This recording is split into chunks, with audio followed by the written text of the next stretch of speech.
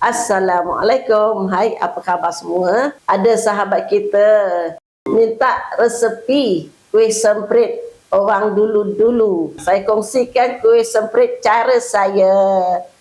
Jom saksikan. Okey, kita ada mentega sebanyak 227 gram. Kita masukkan gula icing 1 cawan.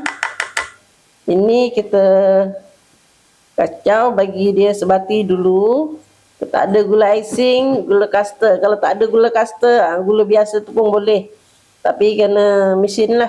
Okey, kita masukkan sebiji kuning telur. Kita masukkan esen vanila 1 sudu. Okey, kita masukkan tepung beras 2 sudu. Masukkan tepung jagung 1 cawan. Tepung custard 1 cawan. Dan tepung gandum. Ni kita masukkan sedikit-sedikit ya.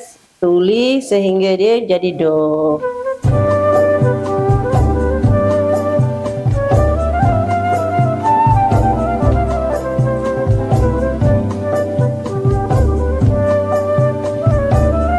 Okey, ni adunan kita dah siap ya. Lembut macam ni, kita tak mau keras dan tak mau lembik sangat.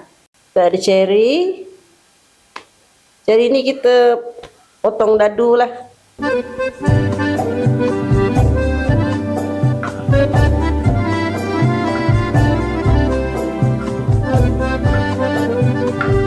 Ni adunan ni kita masukkan dalam acuan ni. Jadi pakai ni bunga pecah 10 ya.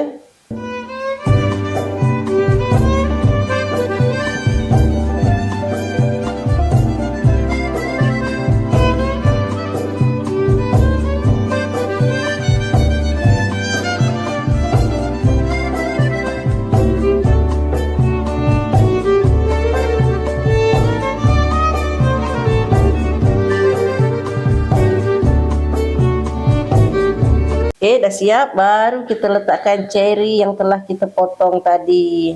Tak tengah-tengah gitu. Okey, cherry ni tengok bahagian yang kita potong ya. Ni. Yang macam ni, ni. Yang kilat tu kita letak kat atas. Dah siap kita letak cherry semua ni. Bolehlah kita bakar selama 20 minit. Api atas bawah, suhu 160 darjah Celsius. Okey, dah pun masak kuih kita.